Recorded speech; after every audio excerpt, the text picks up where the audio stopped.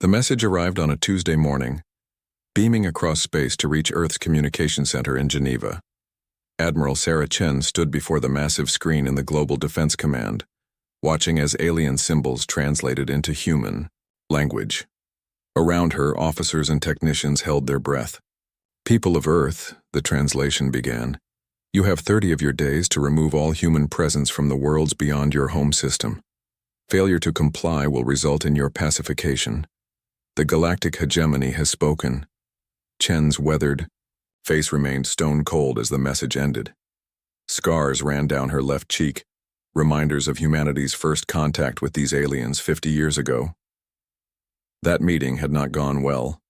The aliens had taken human diplomats as slaves and declared humanity too primitive to deserve respect. "Admiral?" asked Commander Marcus Webb, standing at her right side. He was younger than Chen, with sharp eyes that missed nothing. "Your orders?" Chen turned to face the room full of officers. Some looked afraid. Others looked angry. All of them looked to her for guidance. "Prepare our response," she said quietly, "and activate Protocol Midnight." The room erupted in whispers. Protocol Midnight was something they had all trained for but hoped never to use. It meant war was coming, and humanity would fight it their way. 3 hours later, Chen sat in the recording studio, facing a camera that would broadcast her words across the galaxy. She wore her dress uniform, medals gleaming on her chest. Each one told a story of humanity's struggles and victories. "To the Galactic Hegemony," she began, her voice calm and steady. "50 years ago, you took our people as slaves. You called us primitive. You said we were not worth your respect. Today you demand we abandon worlds we have built with our own hands." She paused, letting her words sink in. "We tried diplomacy. We offered friendship. We sought peace. But you chose a different path." Her voice hardened. "You chose war. Now, humanity will teach you the hard way what that choice means." The message was sent immediately, racing across space toward the 12 alien worlds that made up the hegemony. Chen knew they would laugh when they heard it. They thought humans were weak, using old rockets and metal ships while the aliens had energy shields and plasma weapons. They were wrong. Deep in the asteroid belt, hidden bases came alive with activity. For 50 years, humanity had been preparing. Every failed negotiation, every insult, every act of alien cruelty had been fuel for their determination. They had built ships in secret, trained soldiers in hidden facilities, and developed weapons the aliens had never seen. Commander Webb walked through the corridors of Station Omega, buried deep inside the asteroid series. Around him, thousands of men and women worked with quiet efficiency. These were humanity's best and brightest volunteers who had given up normal lives to prepare for this day. "Status report," Webb called out as he entered the command center. "All Ghost Fleet units are ready, sir," reported Captain Torres, a small woman with steady hands and steel nerves. 200 ships fully armed and crewed. They're waiting for your signal." Webb nodded. The Ghost Fleet was humanity's secret weapon, ships built inside hollowed asteroids, powered by fusion reactors, armed with weapons that could crack planets. The aliens thought humans were still using chemical rockets. They had no idea what was really waiting for them. On the alien homeworld of Zethkara, Admiral Zethkar read the human response with amusement. The tall, blue-skinned alien had fought many wars for the hegemony. Humans, he thought, were like children playing with toys. "Foolish creatures," he said to his aide, a smaller alien with 6 arms and compound eyes.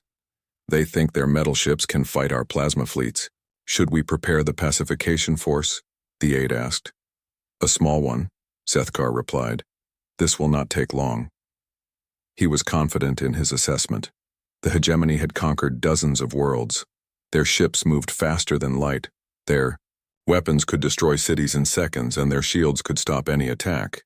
Humans still used solid projectiles and nuclear weapons. It would be a massacre. But in the depths of space, human ships were already moving. Not the obvious ones that the aliens could see, but the hidden fleet that had been waiting in the dark. They moved slowly and carefully, using the gravity of planets and moons to hide their approach. On Earth, Chen met with the Global Defense Council. Representatives from every nation sat around a circular table, their faces grim. "The die is cast," she told them. "The aliens have made their choice, and now we make ours.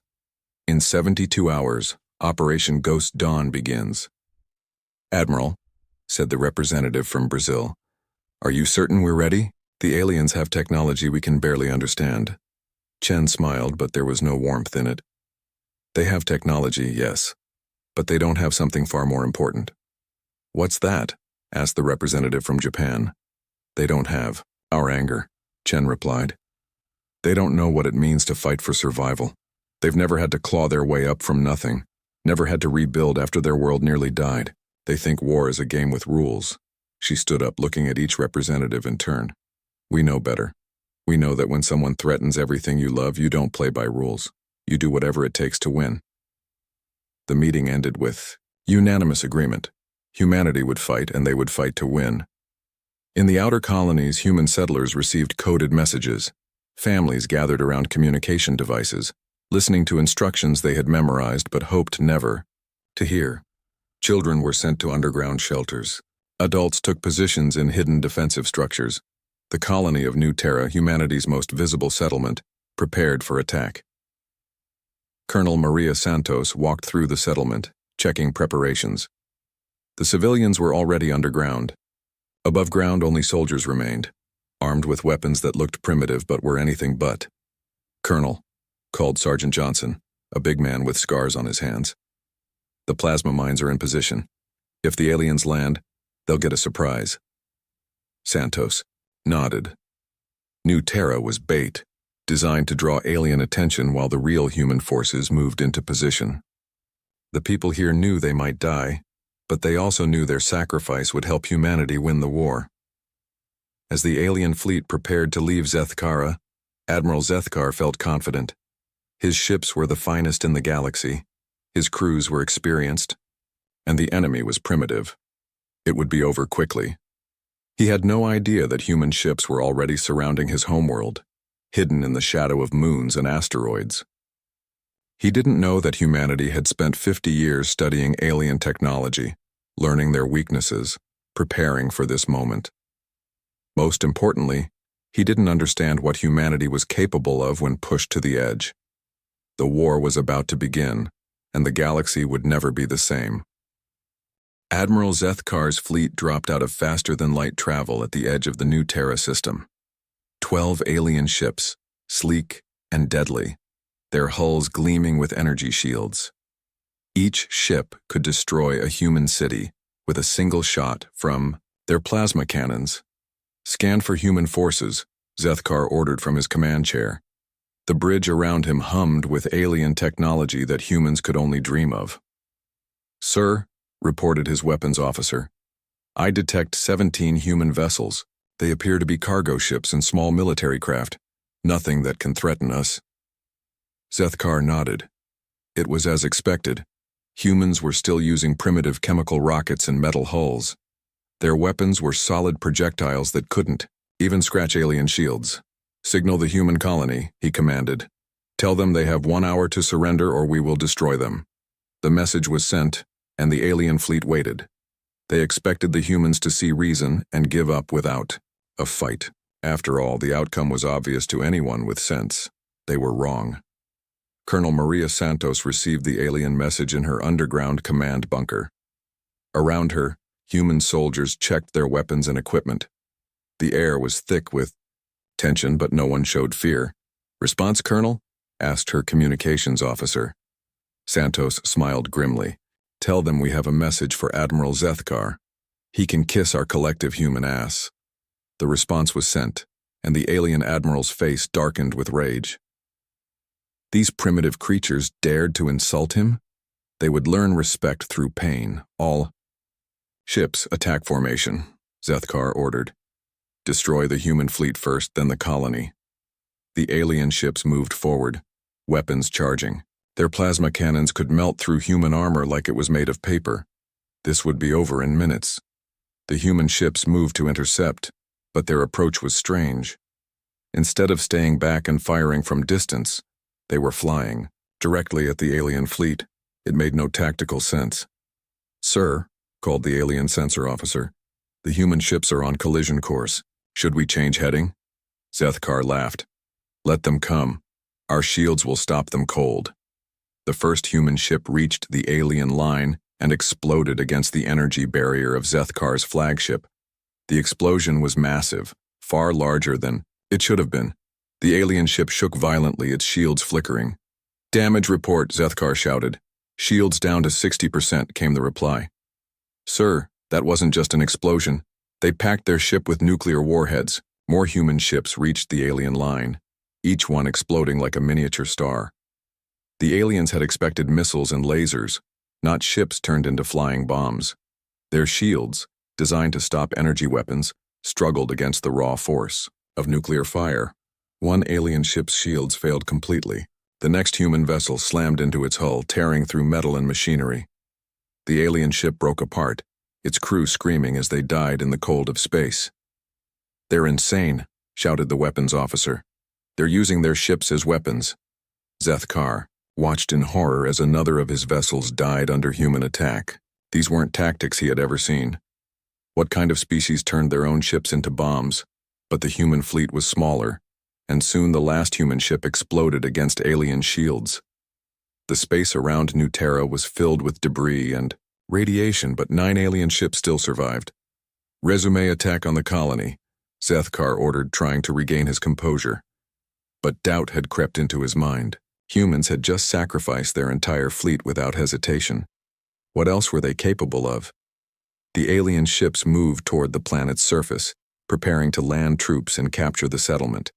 Their scanners showed human defensive positions around the colony, but nothing that seemed dangerous. The first alien transport touched down in a field outside New Terra. Troops in powered armor began filing out, their plasma rifles ready to kill any human who resisted. They expected quick victory against primitive weapons. The field exploded. Sergeant Johnson watched through his scope as alien soldiers flew through the air, their armor torn apart by the blast. The humans had turned the entire landing zone into one giant mine. "That's for my brother," he muttered, remembering the human diplomat who had died in alien slavery 50 years ago. More alien transports landed, only to find more surprises waiting. Humans had turned buildings into explosive traps. They had poisoned water supplies with chemicals that ate through alien breathing equipment. Every street corner hid a human soldier with weapons designed specifically to kill aliens. Colonel Santos coordinated the defense from her bunker, watching as her people fought with desperate courage. They were outnumbered and outgunned, but they had something the aliens didn't understand. They were fighting for their home. "East Sector is holding," reported Captain Kim over the radio. "But we've lost 3 squads. These plasma weapons are hell." "Keep fighting," Santos replied. "Every minute we hold gives the Ghost Fleet more time to get in position." Above the planet, Admiral Zethkar watched his ground forces struggle against human resistance. By all logic, this should have been easy. Humans had inferior weapons and no shields. But they fought like creatures possessed, using tactics that made no sense. "Sir," called his communications officer, "Ground Commander Velos is requesting immediate support. He says the humans are different than expected." "Different how?" Zethkar demanded. "They don't retreat, sir. Even when facing certain death, they keep fighting. Some of them activated explosive devices while our troops were close, killing themselves to take out our soldiers." Zethkar felt a chill run through his body. What kind of species chose mutual destruction over surrender? In all his wars, enemies had eventually seen reason and given up when defeat was certain. These humans seemed to prefer death to defeat. The battle for New Terra lasted 18 hours. When it finally ended, the colony was in alien hands, but the cost had been terrible. Of the 3,000 alien soldiers who had landed, only 800 survived. The humans had fought until their ammunition ran out, then fought with knives in bare hands. Zethkar stood in the ruins of the colony's main square, surrounded by the bodies of humans and aliens alike. His victory felt hollow. He had expected to lose perhaps 50 soldiers, not more than 2,000. "Send a message to the High Council," he told his aide. "New Terra has been captured, but casualties were higher than anticipated. What should we tell them about human capabilities? The aide asked. Zethkar looked around at the devastation. Human civilians had turned their own homes into weapons. Children had died fighting alongside adults. It was madness, but effective madness. Tell them the humans are more dangerous than our intelligence suggested, he said quietly. They fight without regard for their own survival. They use tactics we have never encountered. As his message traveled back to the hegemony homeworld, Zethkar didn't know that human ships were already moving through space toward alien colonies. The Battle of New Terra had been a distraction, designed to make the aliens think they understood human capabilities. They understood nothing. In the asteroid belt, Commander Webb received confirmation that the aliens had taken the bait. New Terra had fallen just as planned. The brave souls who had died there had bought humanity precious time. All Ghost Fleet units, he broadcast. Operation Reaper begins now. Across 12 star systems, human ships that had hidden in darkness for decades began to move. The aliens thought they were fighting primitives with chemical rockets. They were about to learn the truth. The attack came without warning. Admiral Zethkar was reviewing casualty reports from New Terra when alarms began screaming throughout his flagship. Red lights flashed across the bridge as his crew scrambled to their stations. "Report!" he shouted, over the noise. "Sir, we're detecting massive energy signatures throughout the system," called his sensor officer, all 6 of his arms working frantically at his controls. Multiple contacts approaching from all directions. "Human ships?" Zethkar asked, though he already knew the answer. "Yes, sir, but these aren't the same ships we fought before. These are much larger, much more advanced." On the main screen, shapes emerged from the darkness of space. Ships that had been hiding in the shadow of asteroids and moons, invisible to alien sensors. But these weren't the crude metal vessels the hegemony expected. These ships were sleek predators, bristling with weapons that glowed with deadly energy. "How many?" Zethkar whispered. 47 ships, sir. All larger than our vessels." The alien admiral felt his blood run cold. Where had these ships come from? Human technology was supposed to be primitive, decades behind alien science. Commander E. Webb stood on the bridge of the Vengeance, humanity's newest battleship. Around him, human crew members worked with deadly precision. They had trained for this moment their entire lives.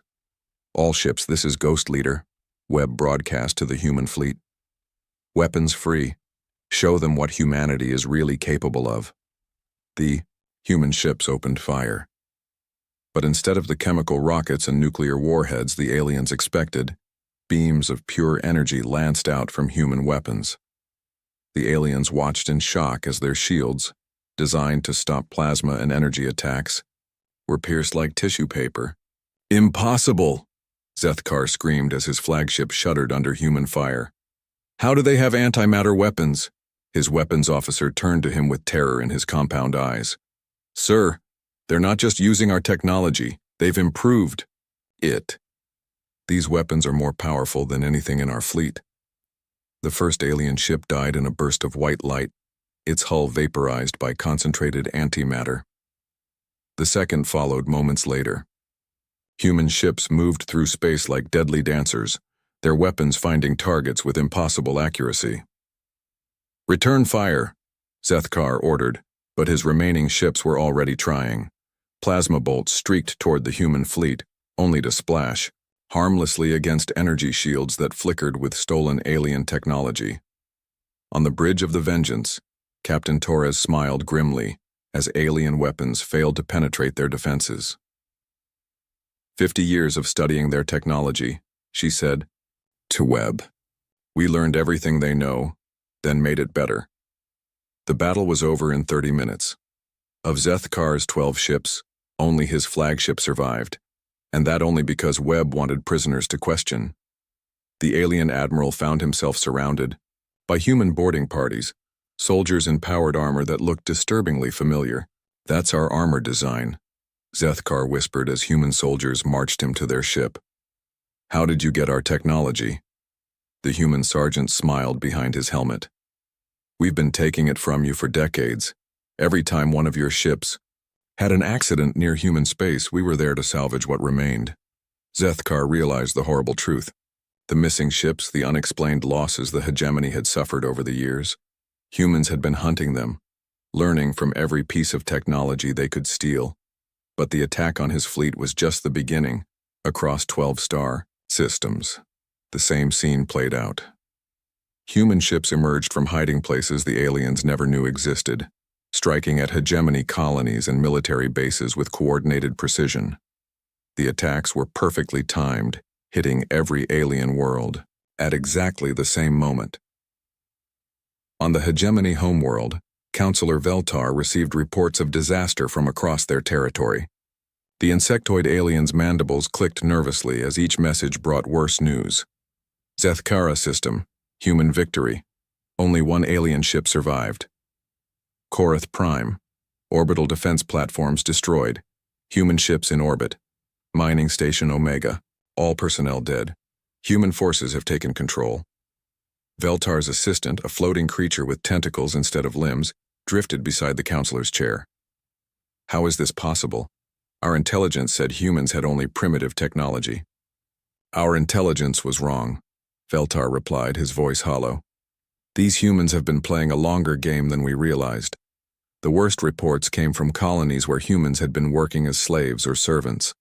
On these worlds, the human workers had suddenly turned on their alien masters, revealing hidden weapons and communication devices. They had been spies all along, gathering information and waiting for this moment. On Valkyrie 2, a mining world where humans had labored in the deep tunnels for 30 years, the uprising was swift and brutal. Human workers emerged from the mines with weapons made from stolen alien technology and intimate knowledge of every defensive system on the planet.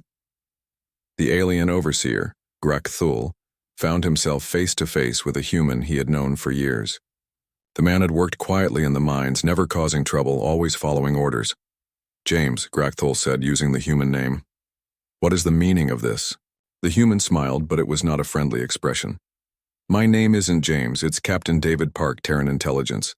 I've been watching you for 12 years, learning everything about your defenses. Krathos' 4 eyes widened in shock. You're a spy? We all are, Park replied. Every human worker on this world. We've been reporting to Earth for decades, waiting for this day. The alien reached for his weapon, but human plasma fire cut him down before he could draw it. Across the mining complex, similar scenes played out as human slaves revealed their true nature. But perhaps the most devastating blow came from an unexpected source. Deep within the hegemony's most secure facility, their central computer network began receiving data packets from an unknown source. The facility's AI systems, which controlled everything from defense networks to communication arrays, started executing new programming. The source of the virus was a human named Dr. Sarah Kim, a computer specialist who had been presumed dead after the first contact disaster 50 years earlier. In reality, she had been captured and forced to work on alien computer systems. For 5 decades, she had pretended to cooperate while secretly building backdoors into every system she touched. Now, with a single command broadcast from Earth, those backdoors activated. Across hegemony space, defense satellites turned on their own ships. Communication networks broadcast human propaganda instead of alien orders. Even the life support systems in some facilities began shutting down, forcing aliens to evacuate their own bases. In the Hegemony Council chambers, emergency sessions convened as representatives from all 12 member species tried to understand the scope of the disaster. The tall crystalline beings known as the Shektar spoke first. Our home fleet has been destroyed. Human ships are blockading our worlds. The slug-like Nurghai were next. Our mining operations have been captured. Human workers have revealed themselves as trained soldiers. One by one, each species reported catastrophic losses. The humans had not just been preparing for war. They had been infiltrating alien society for decades, learning weaknesses, stealing technology, and positioning themselves for this moment. Counselor Veltar listened to the reports with growing despair. How long have they been planning this? The answer came from an unexpected source. Admiral Zethkar, now a prisoner aboard the human ship Vengeance, was permitted to send a message to the Council. They've been planning this since first contact, he said, his image flickering on the Council chamber's main screen. Every diplomatic mission, every trade agreement, every cultural exchange, it was all preparation for war. They never forgot what we did to their people 50 years ago. The Council fell silent. They had dismissed humans as a minor species, too primitive to pose any real threat. They had enslaved human diplomats without thinking about consequences. They had demanded surrender without considering that humans might refuse. Now they faced the results of their arrogance. Commander Webb stood in his quarters aboard the Vengeance, looking out at the stars through his viewport. In the distance, he could see the lights of damaged alien ships limping away from the battle zone. Phase 1 complete, he said into his communication device. All primary targets secured. Beginning Phase 2. Admiral Chen's voice crackled back. From Earth. Understood. How are our casualties? Minimal, Webb replied. The aliens never saw us coming. Good. Now comes the hard part. We need to make sure they never threaten humanity again. Webb nodded, though Chen couldn't see him. The first strikes had been about evening the score for 50 years of insults and slavery. The next phase would be about making sure humans never had to fear alien aggression again. The galaxy was about to learn that humanity was very good at holding grudges. The message broadcast across all hegemony communication channels at exactly 0800 Standard Time. Every alien world, every ship, every communication device received the same transmission. Admiral Sarah Chen's face appeared on screens throughout 12 star systems, her scarred features calm but her eyes burning with cold fury. To the species of the galactic hegemony, she began, you have seen what humanity is capable of when we choose to act. Your fleets are scattered. Your colonies are under our control. Your computer systems belong to us. She paused, letting her words sink in across a dozen different alien civilizations. This is not a negotiation. This is not a treaty discussion. This is surrender or extinction. You have 72 standard hours to consider your options. The transmission ended, leaving the galaxy in stunned silence. On the hegemony capital world, Counselor Veltar convened an emergency session with the surviving representatives. Many seats in the council chamber were empty. Some species had lost their entire diplomatic corps in the human attacks. We must negotiate, declared Greshka, ambassador of the turtle-like Mordan species. His shell was cracked from stress, and his voice shook with fear. These humans are not the primitive species we thought they were. Negotiate? The voice belonged to war leader Thakgul of the warrior species known as the Krishani. His red eyes glowed with anger, and his arms gestured violently. We are the hegemony. We have conquered 100 worlds. We do not bow to inferior species. Veltar's compound eyes focused on the war leader. Inferior? They destroyed 8 of our main battle fleets in a single day. They turned our own technology against us. How many more need to die before you see the truth? But Thakgul was not alone in his defiance. 3 other species supported continued resistance. They could not accept that humans, a species they had dismissed as barely civilized, had outmaneuvered them so completely. Very well, Veltar said sadly. We will see what humanity's next lesson brings us. He would not have to wait long. On the outer rim of hegemony space, human ships surrounded the mining world of Kethmori. The planet was home to 15 million aliens and produced rare metals essential to the hegemony's technology. It was also heavily fortified, with orbital defense platforms and a garrison of 50,000 soldiers. Commander Webb stood on the bridge of the Vengeance, studying tactical displays of the planet's defenses. His human crew worked quietly around him, their faces set in grim determination. Status of the planet crackers? Webb asked. Captain Torres checked her instruments. All 5 devices are in position, sir. We can trigger planetary destabilization on your command. Webb nodded.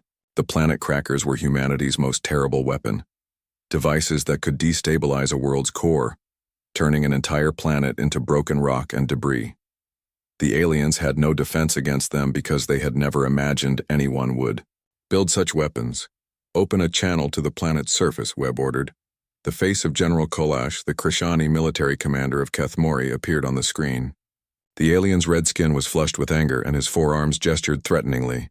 "Human scum," Kolash snarled. "You think your primitive ships can take this world? We have defenses that will crush you." Webb's expression remained calm. "General, I'm going to give you one chance to surrender. Evacuate your forces and civilian population. You have 6 hours." "Never," Kolash shouted. "We will fight to the last warrior. The hegemony does not yield to inferior species." "I was afraid you'd say that," Webb replied, and closed the channel.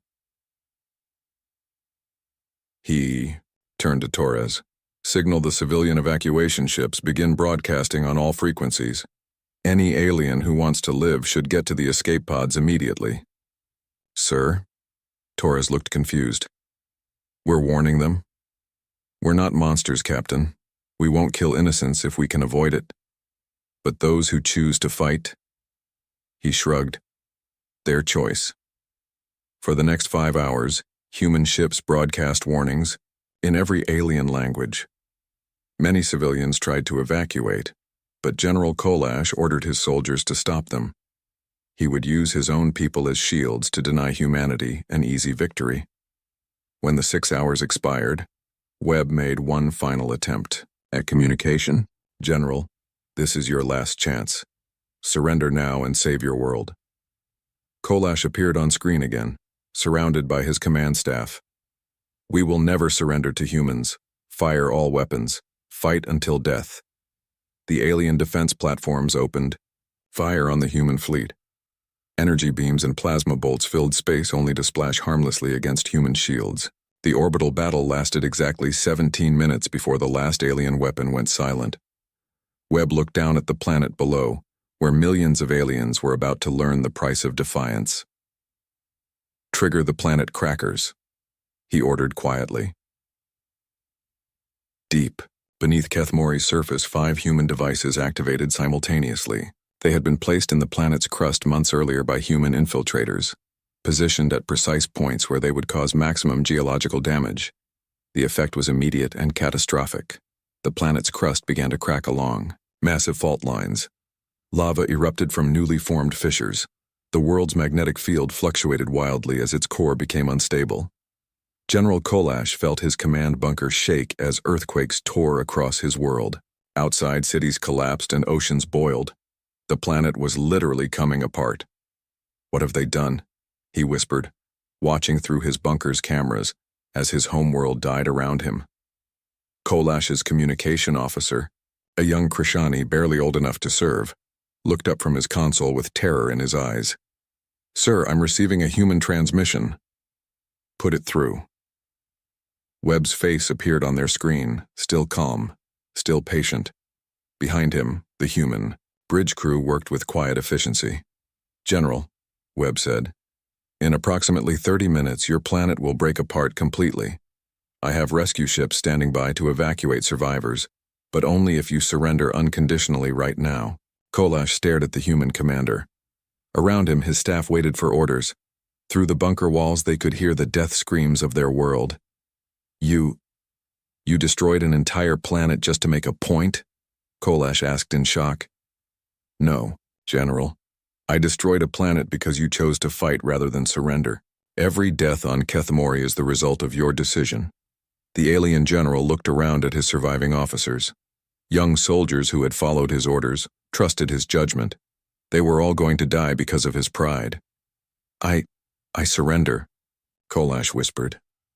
"Louder, General. Broadcast it on all frequencies so every alien in the galaxy can hear you." With shaking hands, Kolash activated the communication system. His voice carried across space to every hegemony world. "This is General Kolash of the Krishani 4th Legion. I surrender unconditionally to human forces. The planet Kethmori is lost. Do not follow my example. Do not fight them. They are not what we thought they were." The transmission ended just as Kethmori's crust finally gave way. The planet broke apart like a cracked egg, its pieces spinning away into space. 15 million aliens were dead, their world reduced to asteroids and debris. But 50,000 survivors floated, in space, rescued by human ships at the last moment. They had lived because their commander finally chose wisdom over pride. News of Kethmori's destruction spread throughout the galaxy like wildfire. Alien species that had never heard of humans suddenly knew exactly what they were capable of. The images were broadcast everywhere, a living world reduced to rubble in less than an hour.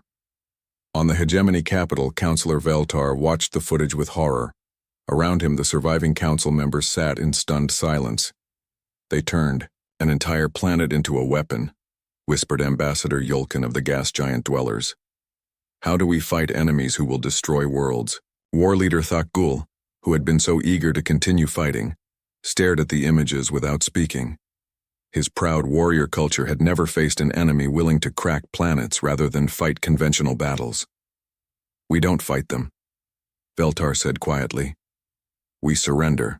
But the human response to their surrender request came with conditions that made several species gasp in shock. Complete disarmament, reparations for 50 years of human slavery, recognition of human territorial claims across 40 star systems, and most shocking of all, human oversight of the hegemony government. They want to rule us, Thakgul snarled, his warrior pride finally overcoming his fear. Yes, Veltar replied. And after what we've seen, can you blame them?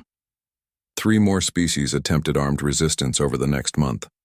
The world of Greshtar tried to hide behind a natural radiation barrier that made targeting difficult. Human forces simply used the system's star as a weapon, destabilizing it until solar flares sterilized the planet's surface. The aquatic world of Mercala tried to hide their cities beneath ocean ice. Human ships melted the polar caps with focused antimatter beams, boiling the oceans until the cities were exposed and defenseless. Each time, the pattern was the same: surrender or die. No negotiations, no mercy for those who chose to fight. Admiral Chen watched the reports from her office on Earth. Outside her window, she could see the lights of Geneva, peaceful and safe.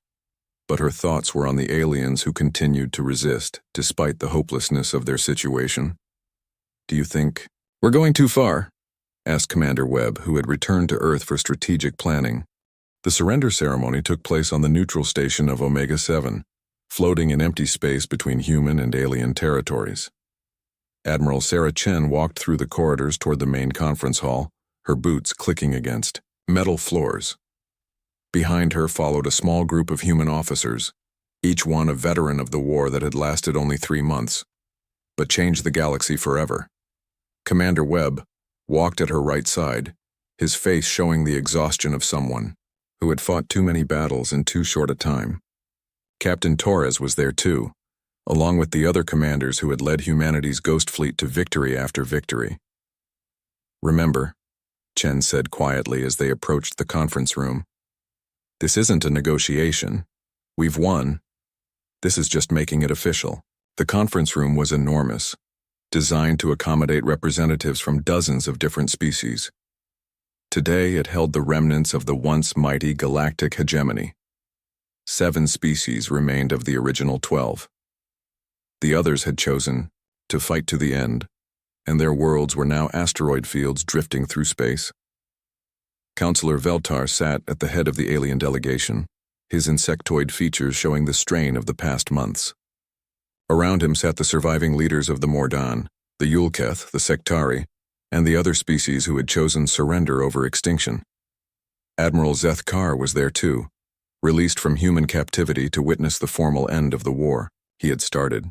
His blue skin looked pale and his eyes held the haunted look of someone who had seen his entire worldview destroyed. Chen took her seat across from the alien representatives. The table between them was covered with documents. Surrender agreements, territorial concessions, reparation schedules. Everything needed to formalize humanity's victory. Before we begin, Chen said, her voice carrying clearly through the room, I want to make something clear. You are here because you chose to surrender. The species that are not here chose differently, and you all know what happened to them. Veltar's mandibles clicked nervously. Admiral Chen, we understand the gravity of our situation. We are prepared to accept your terms. Our terms are not negotiable, Chen replied. Complete disarmament of all military forces. Reparations equal to 50 years of economic output. Recognition of human territorial sovereignty over all contested systems. She paused, letting the weight of those demands sink in. Most importantly, the establishment of the Terran Accord as the new governing body for this region of the galaxy, with humanity as the senior partners. The alien representatives shifted uncomfortably in their seats. They had expected harsh terms, but this was complete subjugation. The mighty galactic hegemony, which had ruled dozens of star systems for centuries, was being dissolved and replaced with a human-led government. Admiral, said Greshka of the Mordan, his turtle-like head retreating slightly into his shell, surely some accommodation can be made. Our species have governed themselves for millennia. And governed them poorly, Chen interrupted. You enslaved other species. You dismissed potential allies as primitives. You chose war over diplomacy when it suited you. She leaned forward, her scarred face hardening. You made the choice to treat humanity as less than equal. Now you'll learn what it's like to be the junior partners in a galactic government. Webb handed her a datapad containing the final casualty reports from the war. Chen glanced at the numbers, then looked up at the alien delegates. In 3 months of fighting, humanity lost 43,000 people, mostly volunteers who knew they might die defending human colonies. Your species lost approximately 800 million across 12 worlds. The aliens sat in stunned silence. They had known the numbers were bad, but hearing them stated so clearly made the scope of their defeat undeniable. Those deaths were unnecessary, Chen continued. If you had treated humanity with respect 50 years ago, none of this would have happened. If you had accepted our first peace offer, millions would still be alive. Admiral Zethkar finally spoke, his voice barely above a whisper. How long have you been planning this? Chen turned to look at him directly. Since the day your people enslaved our diplomats and called us too primitive to deserve respect. Every insult, every act of cruelty, every moment when you treated us as less than intelligent beings, we remembered all of it. She gestured to the human officers around her. These men and women spent their entire adult lives preparing for this war. They gave up normal careers, normal families, normal lives, to make sure that when the time came, humanity would be ready. But the technology, Zethkar pressed, your ships, your weapons, where did they come from? Webb answered this time, his voice cold with satisfaction. Every time one of your ships had an accident near human space, we salvaged it. Every human who worked in your facilities was actually an intelligence officer, studying your systems. Every trade agreement included technology transfers that we immediately reverse-engineered and improved. Captain Torres smiled grimly. Did you really think we were just janitors and cargo handlers? Every human in hegemony space was reporting back to Earth, gathering information, waiting for this day. The revelation hit the aliens like a physical blow. For decades, they had been surrounded by human spies without knowing it. Their most secure facilities had been compromised from the inside. Their technology had been stolen piece by piece over 50 years. We trusted you, Veltar said, his voice filled with betrayal. You enslaved us, Chen replied. Trust was never part of our relationship. The formal signing took 2 hours, document after document, each one transferring power and authority from the former hegemony to the new Terran Accord. When it was finished, humanity controlled 47 star systems and ruled over 6 different alien species. As the alien delegates prepared to leave, Chen stood and addressed them one final time. The war is over, but your real test begins now. Some of you are going to spend the next few decades plotting revenge, dreaming of the day when you can overthrow human rule and restore your former power. She looked directly at each alien representative. Don't. We've demonstrated what happens to species that choose conflict over cooperation. The Terran Accord will be fair, but firm. Follow our laws. Contribute to galactic prosperity and you'll find us reasonable partners. Choose rebellion. She didn't finish the sentence. She didn't need to. Everyone in the room had seen the images of worlds cracking apart under human weapons. After the aliens left, Chen remained in the conference room with her senior officers.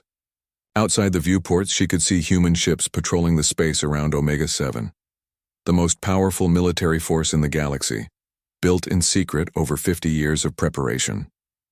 "So," Webb said, settling into a chair, "we're officially galactic overlords now. How do you feel about that?" Chen was quiet for a long moment, thinking about everything that had led to this point. The human diplomats who had died in alien captivity, the years of insults and dismissal, the moment when the aliens had demanded surrender instead of offering negotiation. "I feel like we did what we had to do," she said finally. "They chose war. We taught them what war really means." "And now?" Torres asked. "What's next for humanity?" Before Chen could answer, an aide entered the room carrying a priority message. Chen read it quickly, her expression growing thoughtful. "What is it?" Webb asked. "Long-range sensors have detected signals from beyond the galactic rim," Chen replied. "Something's out there, probably another alien civilization. They've been watching our war with the hegemony." Webb sat up straighter. "Hostile?" "Unknown, but the signal patterns suggest they're more advanced than anyone we've faced so far." Chen looked out at the stars, her mind already working through the implications.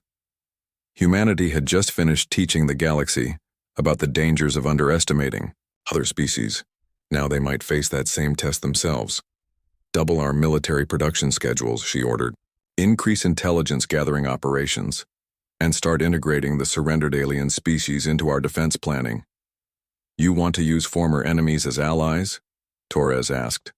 "I want to make sure that if something comes for humanity, it has to face the entire Terran Accord.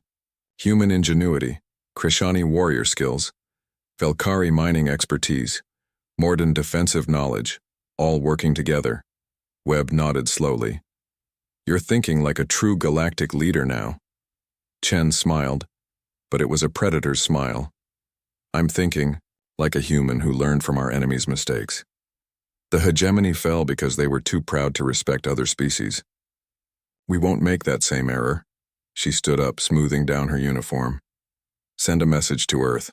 The war is over and humanity has won. But also tell them to keep building ships. The galaxy is bigger than we thought, and there might be others out there who need to learn the same lesson we taught the hegemony." As her officers filed out to carry out their orders, Chen remained alone in the conference room. 10 years ago, she had been a simple naval officer, leading routine patrols around Earth's solar system. Now she was the de facto ruler of dozens of worlds, responsible for the lives of billions of beings across multiple species. The weight of command was heavy, but it was a burden humanity had earned through 50 years of preparation and 3 months of devastating warfare. They had proven that underestimating other species was a fatal mistake.